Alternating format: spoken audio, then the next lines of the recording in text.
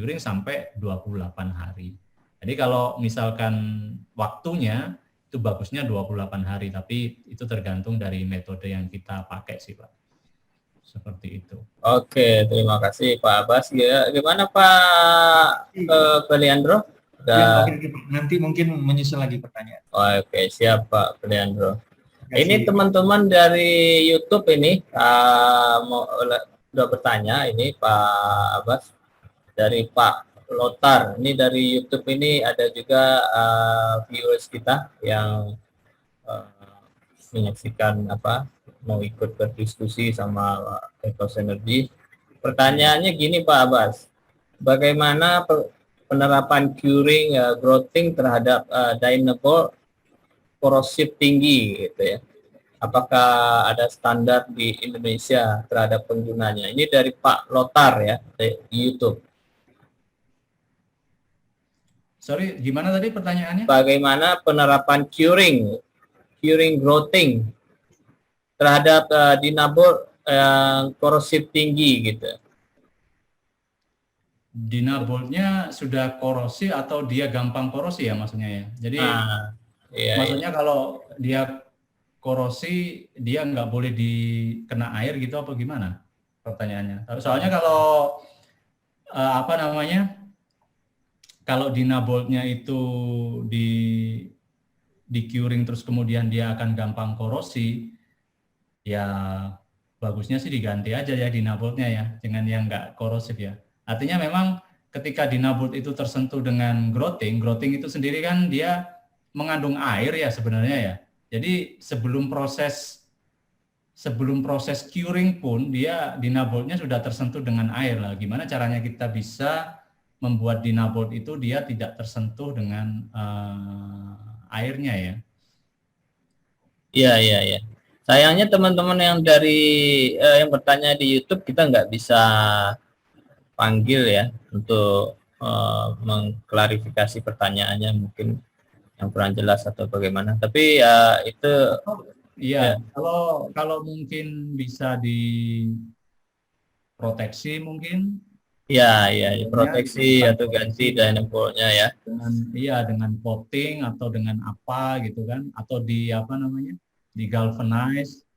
Iya, betul. Galvanize spray paint gitu atau gimana mungkin bisa dilakukan seperti itu. Tapi biasanya sih saya nggak tahu ya, kalau Pak Emil biasanya pernah nggak pakai bolt tapi yang gampang karat gitu kalau di project gitu? Ya, mungkin kalau yang saya tangkap bukan growthing-nya yang menyebabkan korosi pada dynable, tapi lingkungan di sekitar growthing itu yang korosif. Mungkin ada asid ya, ada fluida yang bersifat asam seperti H2S gitu ya, lingkungan di sekitarnya. Nah itu yang saya tangkap, dinabolnya itu bersifat korosif ya. Nah, maksudnya ya ketika saya juga pernah pengalaman Pak Abbas ya, di usil pit ya, itu kan tingkat H2S-nya tinggi di situ. Iya. Dia bersifat asid ya. Nah itu kita punya tangga yang masuk ke usil pit itu ya, ke pit ya. Pit itu ada tangga. tangga itu semuanya stainless steel kecuali dinabol-nya. Dinabol itu kan bisa diproteksi sebenarnya kalau supaya nggak bersentuhan sama H2S atau fluida yang bersifat asid. Sebenarnya kan dia bisa dibungkus sama growting ya, ditutup gitu ya kan, supaya nggak kontak sama fluida yang bersifat asid itu. Nah, namun kan tidak semua juga yang bisa ditutup dinabol ya kan, atau sifat H2S itu bisa masuk ke sela-sela sela-sela dinaboknya gitu Pak Abbas. Saya lebih prefer menggunakan material yang tahan korosi, stainless steel 316 gitu ya. Ya tidak, saya tidak prefer menggunakan material yang tidak tahan korosi gitu. Iya sih, jadi iya memang benar sih. Jadi kalau misalkan kita menggunakan bolt yang korosif ya bagusnya sih kita ganti atau kalau enggak kita proteksi kan, kita boltnya supaya dia tidak terkorosi kan, seperti itu kan. Tapi kayaknya tadi ada hubungannya sama apa ya, curing ya? Sebentar saya tengok lagi. Kayaknya tadi ada hubungannya dengan curing, makanya saya tidak terlalu menangkap maksudnya seperti apa, apakah curing? Iya, curing growting ya, curing growting. Iya, jadi apakah curing ini menyebabkan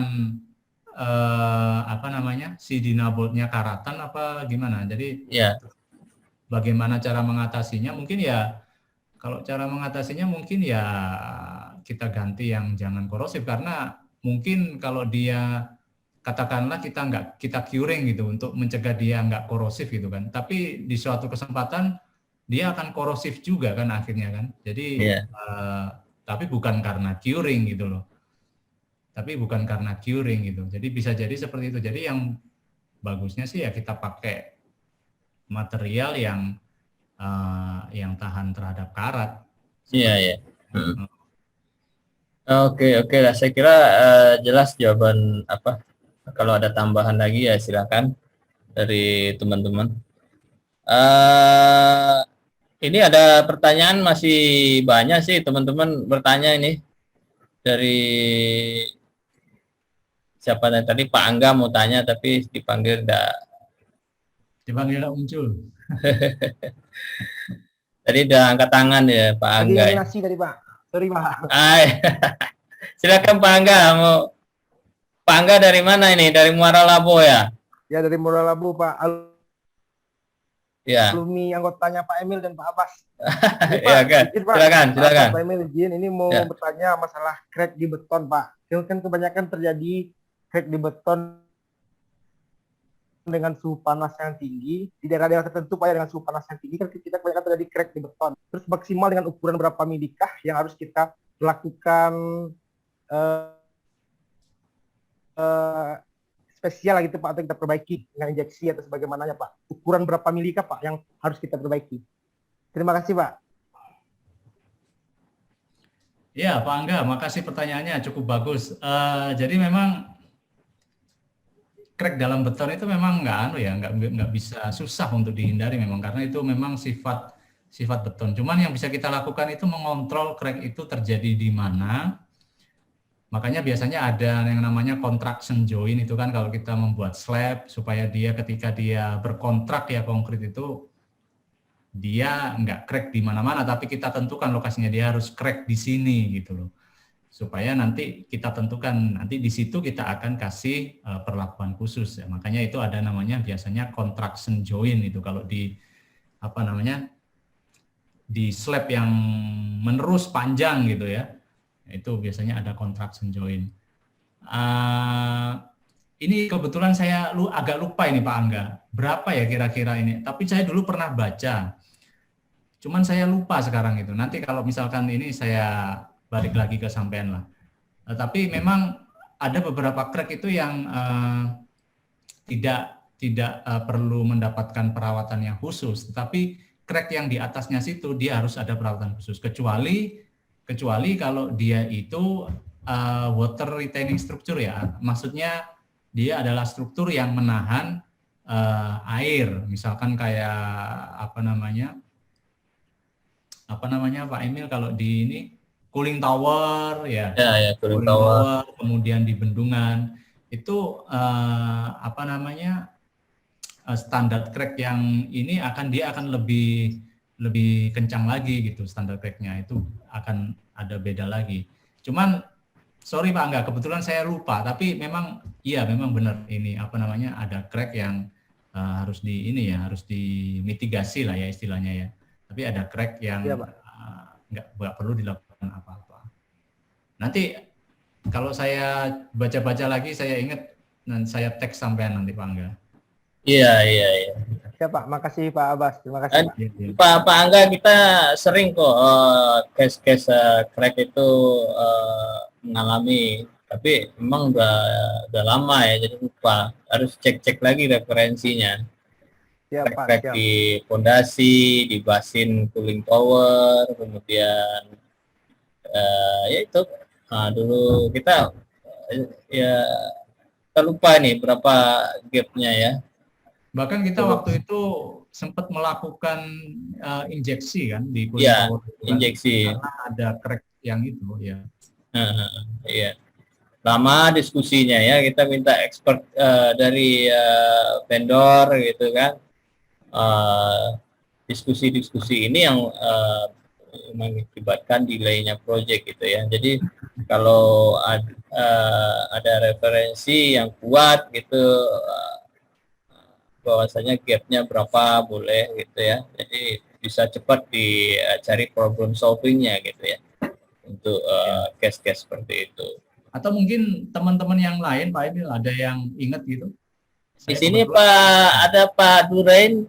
Pak Duren, apa kabar Pak Duren? Disapa dulu Pak Duren. Ada Pak Hanafiah juga. Mungkin Pak Hanafiah bisa ngasih pencerahan tambahan. Udah Emil, lanjut aja dulu. Saya ada acara lain udah Emil. Oh baik Pak Duren. Salam sama teman-teman ya, sehat selalu. Mantap diskusinya. Iya Pak. Malam Pak Abbas. Malam Pak Hanafiah. Malam. Gimana kabar Pak Hanafiah? Alhamdulillah Pak, alhamdulillah sehat-sehat Pak. Semuanya sehat Pak ya? Alhamdulillah. Sehat-sehat lah Pak. Sehat semua Pak Hanafiah. Ini Palembang nih mengerikan Pak. Iya.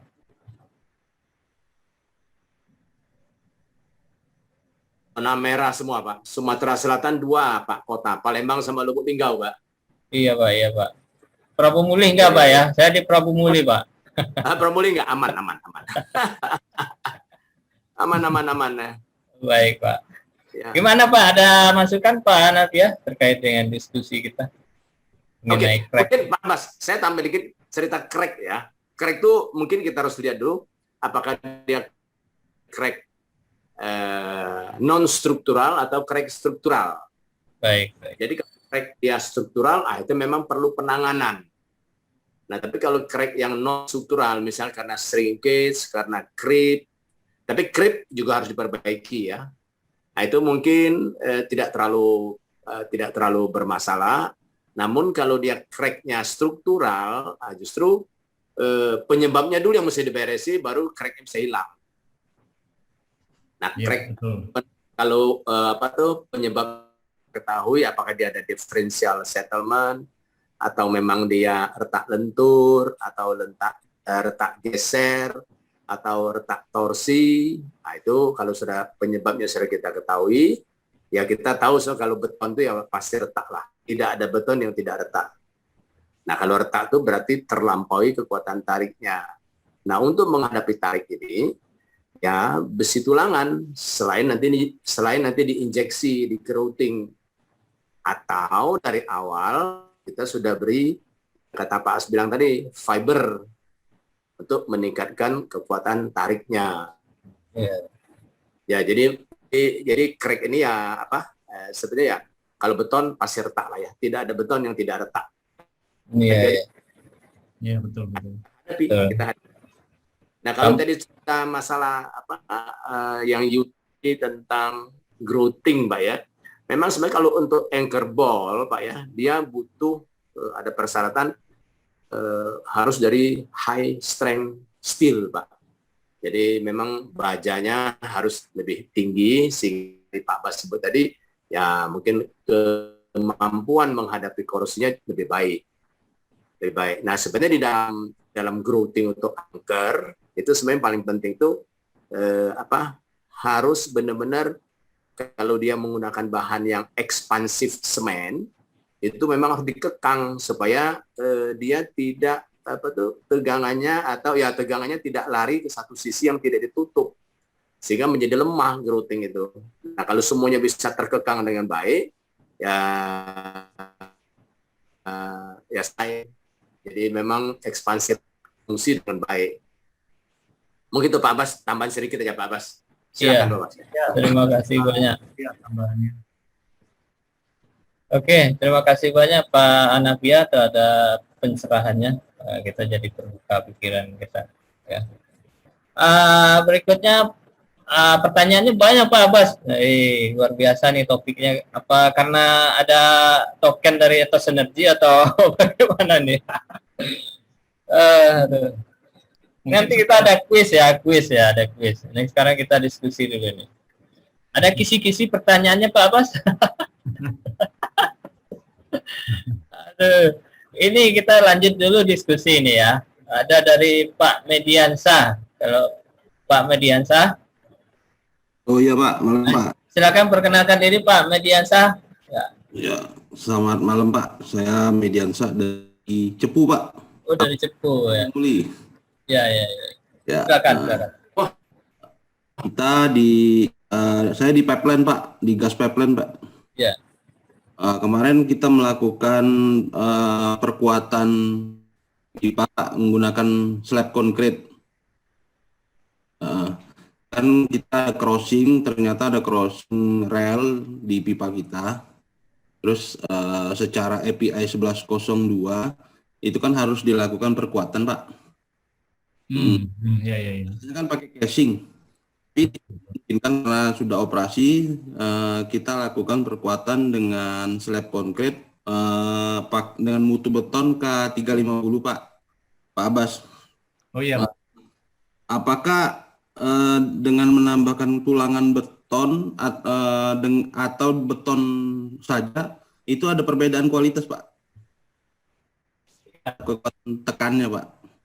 Mungkin ya, kalau untuk perbedaan pasti ada ya. Jadi memang kalau tanpa adanya tulangan dengan polosan aja tanpa tulangan itu perilakunya akan berbeda karena memang kalau dari kuat tekan memang beton itu bisa menanggung. Tapi kalau misalkan untuk tarik utamanya biasanya di lentur ya, tarik yang akibat lentur itu beton nggak bisa menahan. Jadi kalau misalkan kita angan-angankan itu kalau misalkan kita punya beton itu bentang panjang gitu kan, terus kita di beban di atasnya, maka di bagian bawah dia akan mengalami tarik kan. Jadi dia akan nggak kuat, maka retak akan pertama muncul di situ. Ya seperti yang diinfokan sama Pak Hanafia tadi itu memang retak itu muncul karena tariknya dari beton itu sudah terlampaui. Sebenarnya beton itu dia mempunyai kapasitas tarik, tapi tidak sebanyak kapasitas tekannya, makanya biasanya dibantu dengan tulangan ya Pak? Tulangan tersebut gitu. Nah sekarang tinggal seperti ini, perilaku pembebanannya seperti apa terhadap struktur itu? Apakah ketika beban dikasih ke struktur itu ada tariknya? Biasanya pasti ada tariknya, makanya dikasih tulangan gitu. Tapi kalau misalkan ternyata di permodelan tidak terlalu banyak tariknya, ya mungkin bisa diputuskan untuk polosan saja, karena saya nggak tahu ya, mungkin plannya mungkin di bawah jalan atau di bawah apa gitu ya mungkin ya. Di bawah rel kereta Pak ini, jadi rencana dibangun jalan di atasnya Pak. Mau kereta api atau jalan sebenarnya prinsipnya sama ya, jadi istilahnya ada beban di atasnya kan. Sekarang tinggal seberapa dalam pipa tersebut tertanam. Soalnya jika dia ada batasan tertentu, ketika beban di atasnya tanah itu dia akan tidak mempengaruhi lagi gitu. Hilang gitu, sudah tersebar gitu. Tapi kalau misalkan jarak antara pipa dan permukaan jalan atau kereta api itu terlalu terlalu sedikit, jaraknya terlalu sedikit, terlalu kecil, bebanan akan beresiko ke pipanya itu, makanya akan dikasih perkuatan itu tadi. Tapi kalau dia sudah dipendam terlalu dalam, biasanya tidak harus digunakan apa-apa lah untuk mengakses itu engineering untuk melihat apakah pembebanan di atasnya itu masih berpengaruh. Kalau masih berpengaruh, seberapa besar? Kalau berpengaruh juga seperti apa perilakunya? Apakah butuh tulangan atau dan lain sebagainya? Itu sih Pak. Tapi pertanyaan Pak Menana ya ada perbedaan pasti ada perbedaan antara beton tulangan dan beton polos. Itu sih. Kita kan antisipasi Pak, karena hasil kalkulasi kita pakai finite element itu masih aman Pak. Kalau dengan tanpa perkuatan, cuman kan karena saya khawatir juga kan karena kereta api, ya maka 2 meter di atas top pipa itu saya tambahin beton tadi Pak, gitu Pak. Jadi antisipasi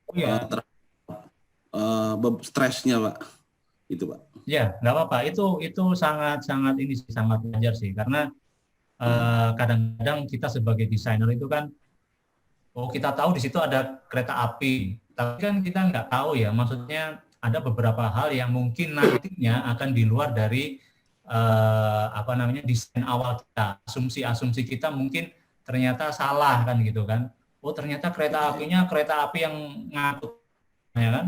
Ya. Yang untuk ke ini bukan kereta api yang biasa-biasa yang penumpang itu. Nah, itu kan ada beberapa asumsi yang ya wajar-wajar. Misalkan seorang desainer akan menambahkan yang namanya safety factor safety factor itu apapun itu, mau perilaku pembebannya mungkin ternyata asumsinya kita salah, terus kemudian sendiri itu juga kita asumsinya salah, maka wajar-wajar aja sih kalau Pak ini saya diberikan seperti itu kalau dari saya. Oke. Pak Abbas, baik. Oke, terima kasih Pak Abbas dan Pak Mediansah mengenai penguatan beton ya. Pertanyaan berikutnya, masih banyak pertanyaan Pak Abbas, apa kita lanjut dulu diskusinya atau ada hal lain yang mesti disampaikan? Tinggal sedikit aja ini mungkin. Oke. Silakan Pak Abbas, lanjut Pak Abbas. Oke, jadi mungkin saya lanjutkan ya, ini mungkin tinggal sedikit aja mengenai transport dari beton. Jadi di dalam proyek-proyek besar itu memang seperti kita ketahui, jadi bahan penyusun beton itu dicampur di dalam pabrik kecil ya, miniatur pabrik lah ya istilahnya ya, yang biasa disebut dengan batching plant. Jadi letaknya batching plant ini biasanya memang dia di dalam area proyek ya, jadi di dalam area proyek ya, tujuannya untuk supaya lebih efektif saja dalam mengirimkan beton. Nah, seperti itu.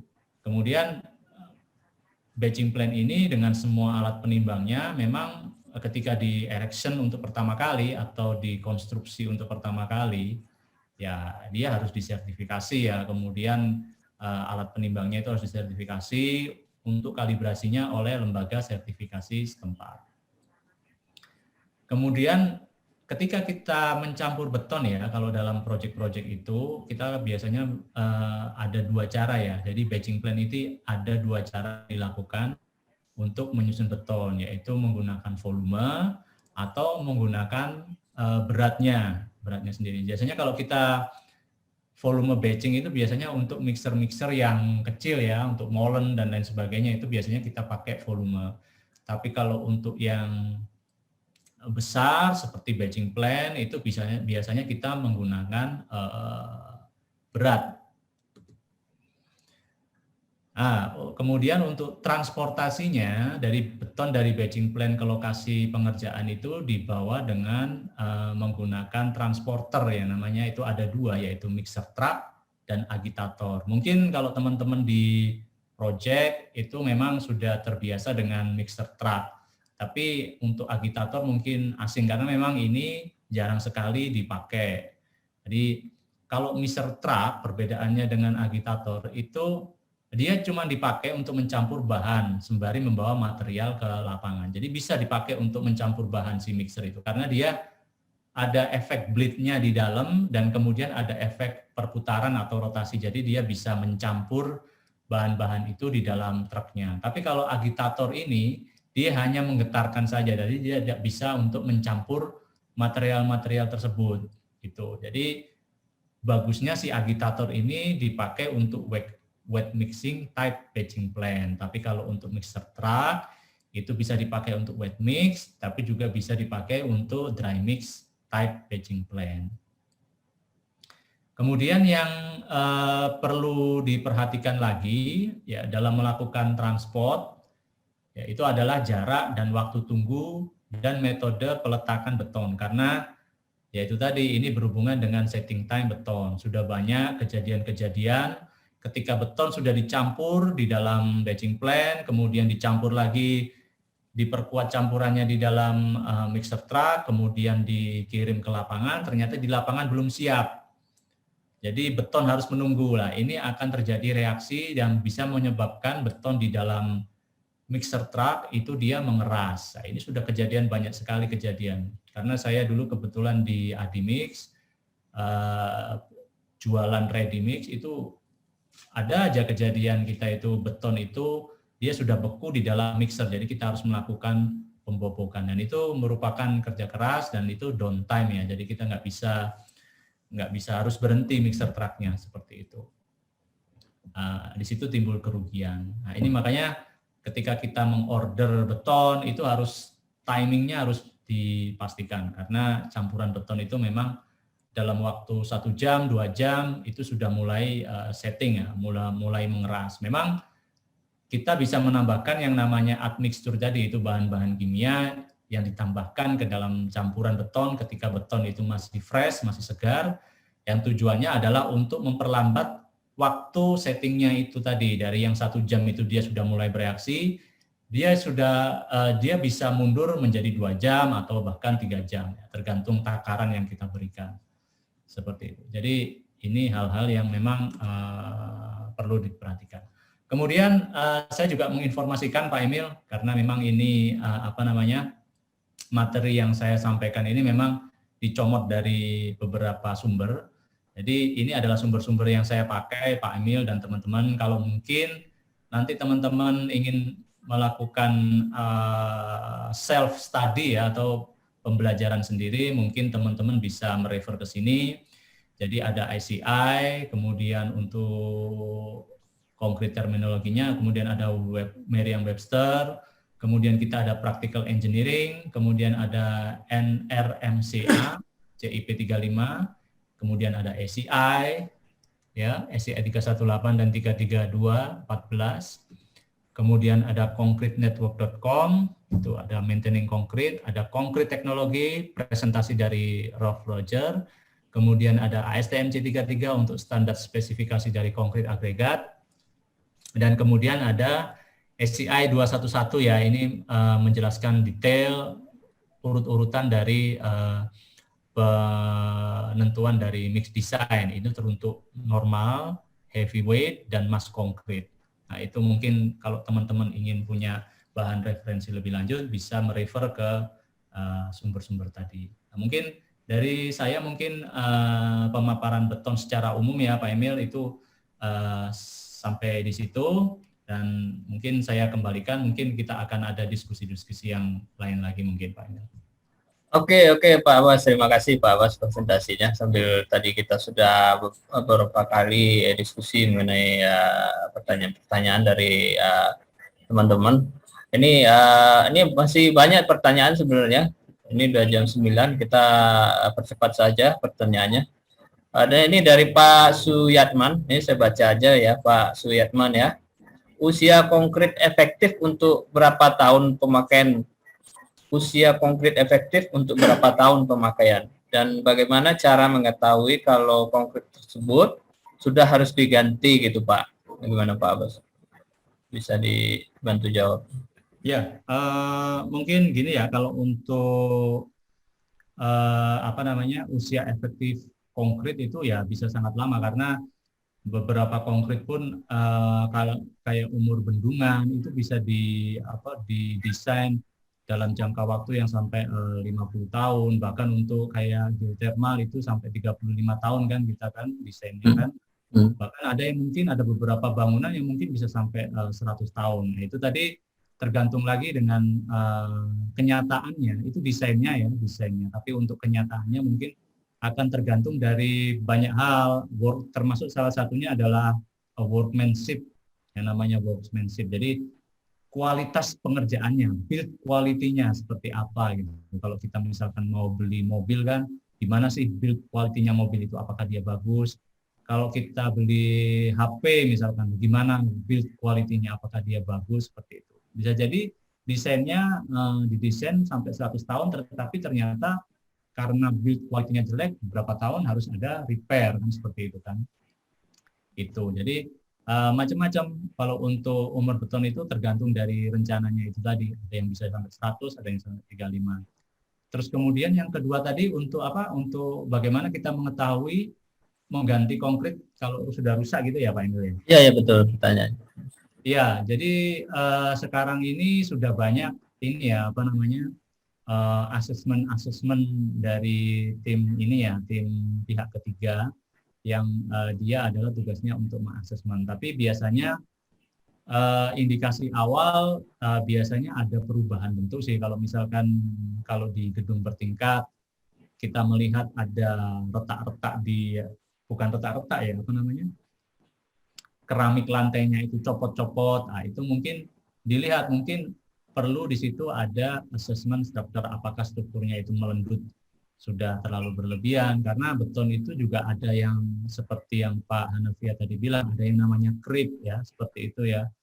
Jadi itu harus diakses oleh tim-tim. Kalau misalkan dari tanda-tanda visual itu kelihatannya bangunannya itu sudah ada sesuatu yang salah, maka kita harus melakukan asesmen. Nah, dari asesmen tadi itu nanti akan dilanjutkan lagi apakah bangunan ini sebenarnya masih oke, sebenarnya masih layak, atau harus ada perkuatan atau seperti apa. Mungkin seperti itu sih kalau biasanya alurnya. Iya, ya. Jadi ada pihak ketiga yang profesional ya di bidang inspeksi bangunan itu ya. Iya, ada banyak sekali sekarang dan metode-metodenya juga sudah banyak. Ada yang pakai ground penetrating radar, ada yang pakai alat ultrasonic pulse velocity untuk mengetahui apakah di dalamnya ada rongga atau ininya korosi dan lain sebagainya, itu banyak. Baik. Oke, terima kasih Pak Abbas. Itu pertanyaan yang pertama dari Pak Suyatman ya, sudah terjawab. Kemudian dari Pak Awaludin lagi nih bertanya nih, untuk mempercepat proses pengerasan beton, apakah ada bahan kimia khusus yang bisa ditambahkan? Tadi udah dijawab ya Pak Abbas ya, tadi ada bahan kimia khusus ya untuk mempercepat proses pengerasan. Dijawab ini. Jadi kalau untuk proses pengerasan beton mempercepat itu salah satunya ada beberapa metode. Salah satunya itu adalah menggunakan semen yang berbeda, karena tipe-tipe semen Portland itu ada banyak ya, ada tipe 1, tipe 2, tipe 3, tipe 4, tipe 5. Masing-masing kegunaannya beda-beda lah. Salah satunya itu kalau nggak salah di ASTM C150 itu ada semen tipe 3. Jadi dia adalah high early strength semen. Jadi artinya semen yang kekuatan awalnya itu naik secara cepat dibandingkan semen-semen yang lain, seperti itu. Jadi ketika dia naik secara cepat, maka kekuatan awalnya otomatis ya akan semakin meningkat, seperti itu sih. Atau kalau misalkan sebenarnya ini bukan mempercepat ya, tapi untuk merekayasa ya. Kalau misalkan kita butuh beton itu mampu menahan kuat tekan sekian dalam waktu berapa hari, kita bisa menaikkan mutunya menjadi mutu yang lebih tinggi, sehingga harapannya adalah di hari kesekian kekuatannya akan sudah sampai sekian gitu, seperti itu.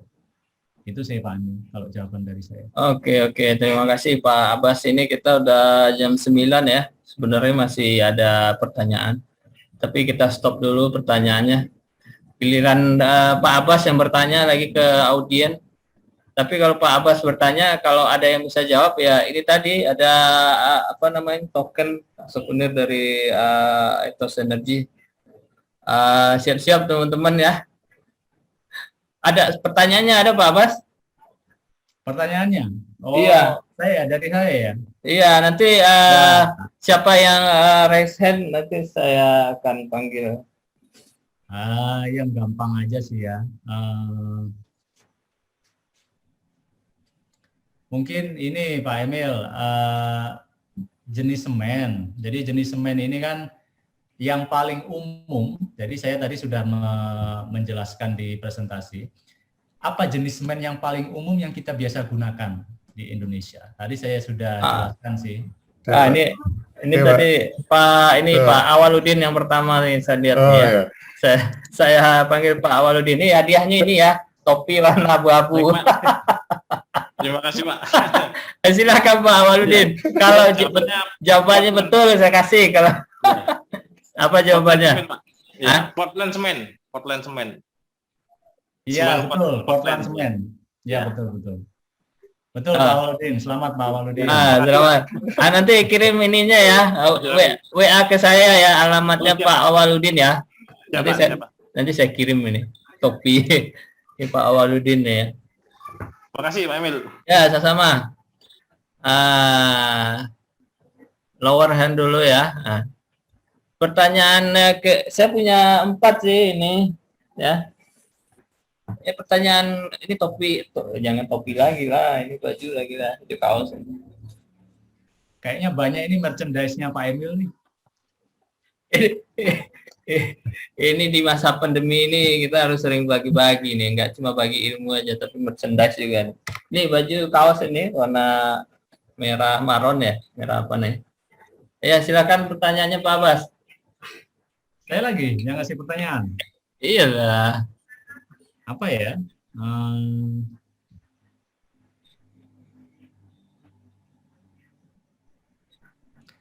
Kalau untuk transport semen ya, tadi saya menyebutkan transport semen itu ada 2 dengan menggunakan 2 alat. Nah, apa aja itu alatnya itu tadi? Yang satunya umum, yang satunya jarang dipakai. Ini Pak Angga. Silakan Pak Angga. Terima kasih Pak. Ada jenis karmik atau fiori Pak, untuk adukan yang maksimal di 3 kubik atau di 5 kubik. Bukan, transport material untuk ininya, untuk konkretnya ke lapangan dari batching plant. Itu ada 2 tadi. Pakai truk ada 2 jenisnya. Gimana mau dikoreksi jawabannya Pak Angga? Oke, ini. Sorry Pak, putus Pak. Aduh, sayang sekali Pak Angga nih. Belum apa Pak Angga ya. Ini Pak Dwi Arif. Oke Pak ya, saya coba Pak ya. Misal truk sama agitator Pak ya, kalau nggak salah Pak. Misal truk sama agitator ya. Betul Pak. Selamat Pak. Oke Pak Dwi punya nomor WA saya kan? Ada Pak, siap. Ayo ada. di ini ya WA ini dari Dwi Arif gitu. Nanti kirim alamatnya saya. Oke Pak ya, Kayaknya siap Pak. saya jadi peserta aja deh Pak Amir. Saya juga pengen dapat nih. Sabar. Aduh. Pak Abbas nanti nanti kita kasih sertifikat aja. Ya, lower hand dulu Pak Dwi ya. Oke. Ini ada 4 sih, ini yang ketiga nih, topi warna dongker nih. Pak Abbas, pertanyaannya lagi Pak Abbas. Saya lagi. Apa ya pertanyaannya ya?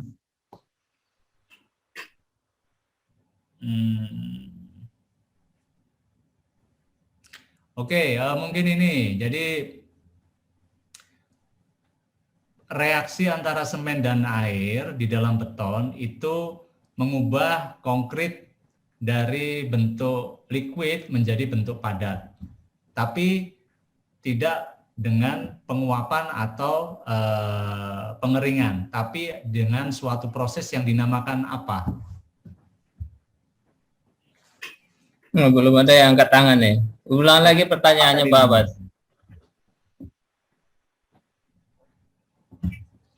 Yang tadi saya bilang kalau pengen referensi khusus baca buku ini gitu kan. Baca bukunya Nicholas siapa tadi? Nggak ada yang tahu nih. Nggak ada yang tahu. Apa jawabannya? Itu Pak Awaludin. Pak Awaludin. Emil. Pak Awaludin tadi udah ya? Ya, Ada yang- kalau nggak ada yang jawab, saya yang jawab. Ya, ya. Coba jawab. Apa kayak dia nggak apa-apa. Hanya boleh sekali aja Pak Awaludin. Nanti kita cari pertanyaan yang lainnya. Oke. Nggak, saya aja jawab aja lah. Iya, boleh. Hidrasi, Pak, ya, betul ya? Iya betul Pak Aludin, hidrasi. Wah diborong Makasih, Pak. semua nih sama Pak Aludin. Nah, saya cuma nambah ilmu aja, Pak, biar ingat. Udah ilmu aja ya. Untuk Ya. untuk memverifikasi jawabannya benar apa salah ya. Kalau nggak salah ya, tuh, ya. Benar Pak Aludin, benar. Aduh. Oke, pertanyaan yang lain Pak Abbas? Pertanyaan yang lain, Ya. ya. Takutnya terlalu susah nanti nggak ada yang jawab ya.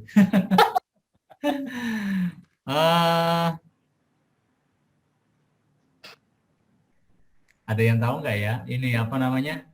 Persyaratan untuk agregat di ASTM itu ASTM berapa ya?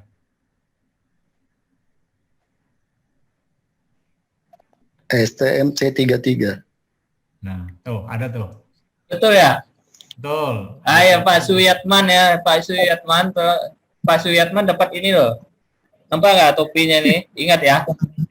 Dari mana Pak Suyatman? Saya sekarang bekerja di Papua, Pak Emil. Oh, jauh sekali. Di Tangguh atau di mana? Iya, betul, di Tangguh. Oke, nanti kirim ke WA saya ya, nomor. Ini kirimnya ke Tangguh apa ke rumahnya di mana? Di Jawa atau di mana? Di Majalengka, Pak Emil. Majalengka ya. Ya. Oke lah. Kalau ke Tangguh bisa sebulan nyampainya, kalau ke Majalengka bisa cepat nyampainya. Oke. Makasih Pak Emil. Makasih Pak Suyatman. Ini STM C33 tadi ya jawabannya. Pertanyaan terakhir Pak Abbas. Ini untuk pemungkas. Ini jarang-jarang itu sendiri bagi-bagi merchandise. Mungkin ini di awal tadi itu saya menyebutkan terminologi semen dari American Concrete Institute (ACI). Di situ disebutkan semen apa di situ? Di terminologi yang tadi itu ada semen apa titik-titik yang bereaksi dengan pasir, kerikil. Ada yang tahu nggak ya? Atau yang curing tadi aja lah pertanyaan, tidak ada yang angkat tangan ya. Berapa temperatur curing ya? Oh, yang itu maksimum. Indra Atmaja itu. Iya, Indra Atmaja. Ya, silakan Pak Indra, apa jawabannya? Yang tadi semen campuran dari semen hidrolik, Pak. Kurang jelas? Semen hidrolik, Pak. Campuran dari Nah, betul tuh, betul. 60 ya? Semen hidrolik. Oke. Ya, saya pertanyaan satu, Pak Abbas pusing nyari pertanyaannya saya aja. Pak Indra Atmaja punya WA saya kan? Ya, Pak, punya, Pak. Oke, silakan di WA ya. Terima kasih banyak, Pak Emil, Pak Abbas. Ya. Dari mana Pak Indra? Aslinya saya Sumatera, Pak. Dari mana? Aslinya Jambi, Pak. Gandul. Oke. Terima kasih pada Pak Abbas yang sudah bersedia meluangkan waktu, energi, dan pemikirannya pada kita semua yang sudah sharing.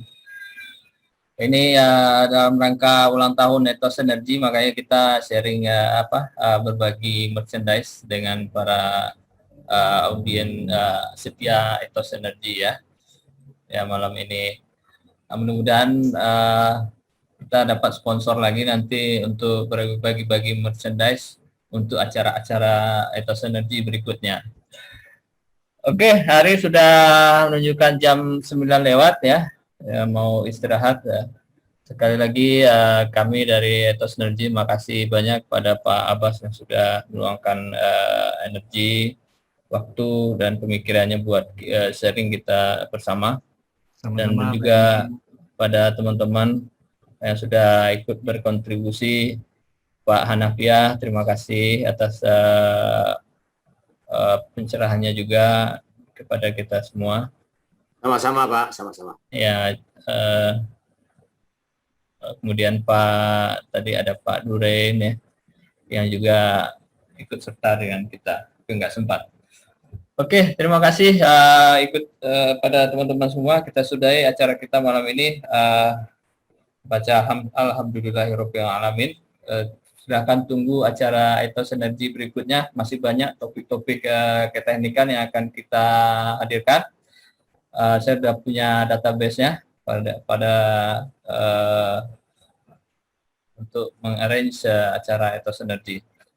Oke, terima kasih semua. Saya sudahi dengan assalamualaikum warahmatullahi wabarakatuh ya. Tetap jaga kesehatan ya. Terima kasih. Ya, terima kasih. Assalamualaikum warahmatullahi wabarakatuh. Izin lift Pak. Ya, silakan Pak. Waalaikumsalam warahmatullahi wabarakatuh.